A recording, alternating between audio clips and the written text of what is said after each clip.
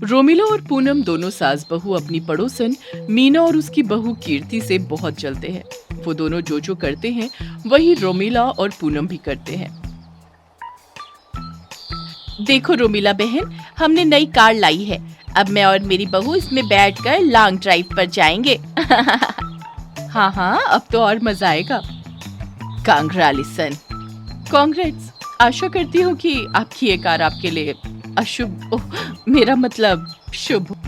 पूनम और रोमिला को मीना और कीर्ति की कार से बहुत जलन होती है। माँ जी, मेरे पेट में तो जलन के मारे एसिडिटी हो गई है। रोमिला पूनम के बम पर लात मारकर कहती है, अरे बरगद वाली चुड़ैल, क्या यूं ही जलती कुड़ती रहेगी या कुछ सोचेगी भी? क्या सोचना है माँ जी? हम अब नई कार लेने जाएंगे और हम भी उस मीना और उसकी बहू को जलाएंगे। दोनों डायने बहुत उड़ती रहती हैं ना, जब देखो तब। अब देखना कैसे मैं उन्हें अपना जलवा दिखाती हूँ। लेकिन जलवा दिखाते दिखाते कहीं आप कहीं हलवा ना हो जाए माँ जी। तू चुप होती है या मैं फिर से तुझे लात मारूं? इस बार तेरे बम को सुझा कर ही रहूंगी। पूनम और रोमिला दोनों कार शोरूम में जाती हैं, लेकिन वहाँ कार के महंगे रेट्स देखकर उनके होश उड़ जाते हैं। अरे ओ शोरूम वाले भैया, जरा सही दाम लगाओ, हम गहने नहीं गाड़ी खरीदने आए हैं। लेकिन माँ जी, अब वो जमाना नहीं रहा। अब गहनों से भी ज्यादा गाड़ियों का रेट बढ़ चुका है। आपका बजट ही नहीं है तो क्यों आई हो आप दोनों यहाँ मेरा टाइम वेस्ट करने?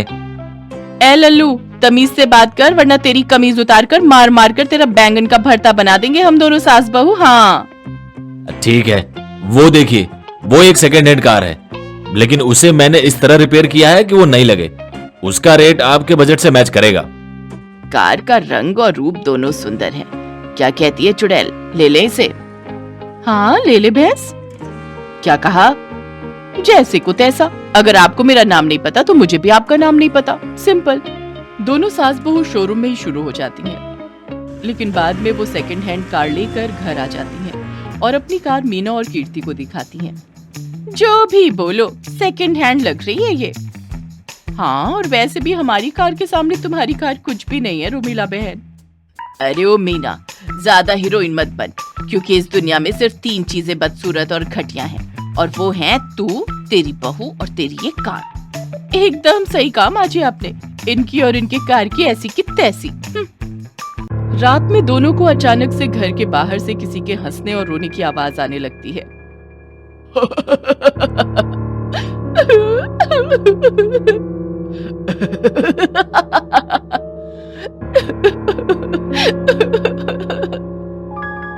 पूनम बहू, ये एक ही वक्त पर कौन हंस और रो रहा है? मुझे तो बहुत डर लग रहा है, कहीं कोई चुड़ैल तो नहीं। अरे कुलक्षणी, शुभ शुभ बोल। दोनों सास बहू साथ में नीचे जाती हैं और तभी देखती हैं कि उनकी कार की हेडलाइट्स ऑन है और वो कार अपने आप ही सड़क पर यहाँ से वहाँ चल रही है। ये भयानक दृश्य देखकर रोमिला और पूनम के पसीने छूट जाते हैं। आलतू चलालतू आई बला को टालतू। बहू, ये हमारी कार ही अपने आप कैसे चल रही है? लगता है कि हमारी कार कोई मामूली कार नहीं, बल्कि एक भूतिया कार है। कार अपने आप वापस घर के अंदर आकर पार्क हो जाती है। अगले दिन जब रोमिला और पूनम उस कार में बैठने जाते हैं, तभी उनके बम पर तेज करंट लगता है, जिससे वो दोनों झट से कार के बाहर कूद पड़ती हैं। मेरा बम गया रे। ऐसा करंट लगा है कि अब अगले 10 दिन तक बाथरूम की शक्ल भी नहीं देखूंगी मैं। और एक रात हद तो तब होती है जब सास बहू उस कार को रात में अपने आप चलते हुए देखती हैं और उस कार की फ्रंट सीट पर एक औरत की सफेद साड़ी होती है। देखा माँ जी, मैंने कहा था ना, ये साड़ी देखो। उस चुड़ैल का शरीर नहीं, लेकिन साड़ी दिख रही है। हाँ बहू, अब तो तांत्रिक को ही बुलाना पड़ेगा। अगले दिन जब दोनों सास बहू तांत्रिक को बुलाती हैं, तब आलतू जलालतू आई बला को टालतू, निकल! इस कार को अपने वश में क्यों रखा है तूने चुड़ैल? निकल यहाँ से! चुड़ैल कार में से बाहर निकलती है और उसका खूंखार रूप देखकर पूनम और रोमिला का तो मानो दिल ही बाहर निकल आता है। हाँ, मैंने इस कार को अपने वश में कर रखा है, क्योंकि इसी कार में मेरी मौत हुई थी।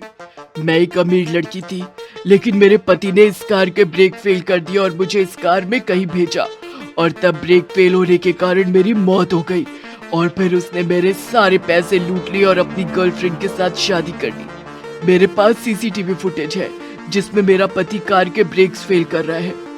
मैं तुम्हारा पीछा तभी छोड़ूंगी जब तुम दोनों मुझे इंसाफ दिलाओगी। ठीक है कार वाली चुड़ैल, हमें ये पेन ड्राइव दे दो, हम सीसीटीवी फुटेज के जरिए आपके अपराधी पति को जेल भेज देंगे। पूनम और रोमिला दोनों सीसीटीवी फुटेज के सहारे चुड़ैल के पति को पुलिस के हवाले करते हैं, चुड़ैल को न्याय दिलाते हैं। जिसके बाद जंगल में, शुक्रिया मुझे न्याय दिलाने के लिए। अब मेरा इस दुनिया में कुछ नहीं रहा। अब मैं सुखी सुखी मुक्त होना चाहती हूँ। इस गड्ढे को खोदकर इसमें से मेरे कंकाल को निकालो और उसे जला दो, उसके बाद मुझे मुक्ति मिल जाएगी। रोमिला और पूनम उस चुड़ैल के कंकाल को जलाते हैं और चुड़ैल को मुक्ति मिल जाती है। जिसके बाद दोनों सास बहू खुशी से कार में लॉन्ग ड्राइव करते हैं। तम्मा तम्मा लोगे, तम्मा तम्मा लोगे तम्मा, अरे झुमका गिरा रे बरेली के बाजार में, झुमका गिरा रे बरेली के बाजार में, झुमका गिरा झुमका गिरा झुमका गिरा, हाय हाय हाय। उर्फी एक बहुत ही हॉट और मॉडर्न ख्यालातों वाली लड़की होती है। वो पूरे मोहल्ले में अपने छोटे और अतरंगी कपड़ों के लिए फेमस होती है। उर्फी को गली के सबसे हैंडसम लड़के राज से प्यार होता है, लेकिन राज की मां मन्नो और पिता प्रेमचंद को उर्फी का छोटे कपड़े पहनना बिल्कुल भी पसंद नहीं होता है।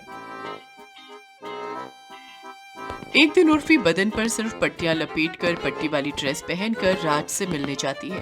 राज, राज बेबी तुम कहाँ हो? मेरी आंखें थक गई तुम्हें ढूंढ ढूंढ कर। हाय मेरे राज। हाय राम, ये तूने क्या पहना है? अरे ये पहनने की भी क्या जरूरत थी तुझे? कपड़े ही नहीं पहनती ना, कल मुही करमचली कहीं की। लेकिन मन्नो आंटी, ये एक फैशन है और इसे उर्फी फैशन कहते हैं। इधर नंगा नाच मत कर और दफा हो जाए यहाँ से। क्या हुआ माँ, क्यों चिल्ला रही हो? देखो ना बेबी, तुम्हारी माँ मुझे घर से निकाल रही है। सुन ले ओए उर्फी बर्फी, तू कभी मेरी बहू नहीं बन सकती और मेरी बहू सिर्फ और सिर्फ एक सर्वगुण संपन्न लड़की बनेगी। चल निकल यहाँ से। और अपने बेटे की शादी काजल नाम की एक सर्वगुण संपन्न लड़की से कराती है। ये लीजिए माँ जी, आपकी चाय और पकौड़े। माँ जी आज मैंने भोग प्रसाद में खोए की बर्फी और शीरा बनाया है, ठीक है? हाँ बहू ठीक है, तू सच में बहुत अच्छी है। और एक वो घटिया उर्फी बस छोटे कपड़े पहनती फिरती है 24 घंटे। जब मन्नू और काजल टीवी ऑन करते हैं तभी ब्रेकिंग न्यूज आती है। इंटरनेट सेंसेशन अपने छोटे कपड़ों के फैशन के लिए जानी जाने वाली उर्फी अब इस दुनिया में नहीं रही। जी हाँ, एक मेजर एक्सीडेंट में उनकी मौत हो चुकी है। हाय हाय, ये उर्फी तो परलोक सिधार गई माँ जी। चलो अच्छा ही हुआ, बला टल गई। लेकिन मन्नू जी इस बात से बेखबर थी कि बला टली नहीं बल्कि बला तो अब और भी ताकतवर होने वाली थी। उर्फी मन करीब चुड़ैल बन जाती है।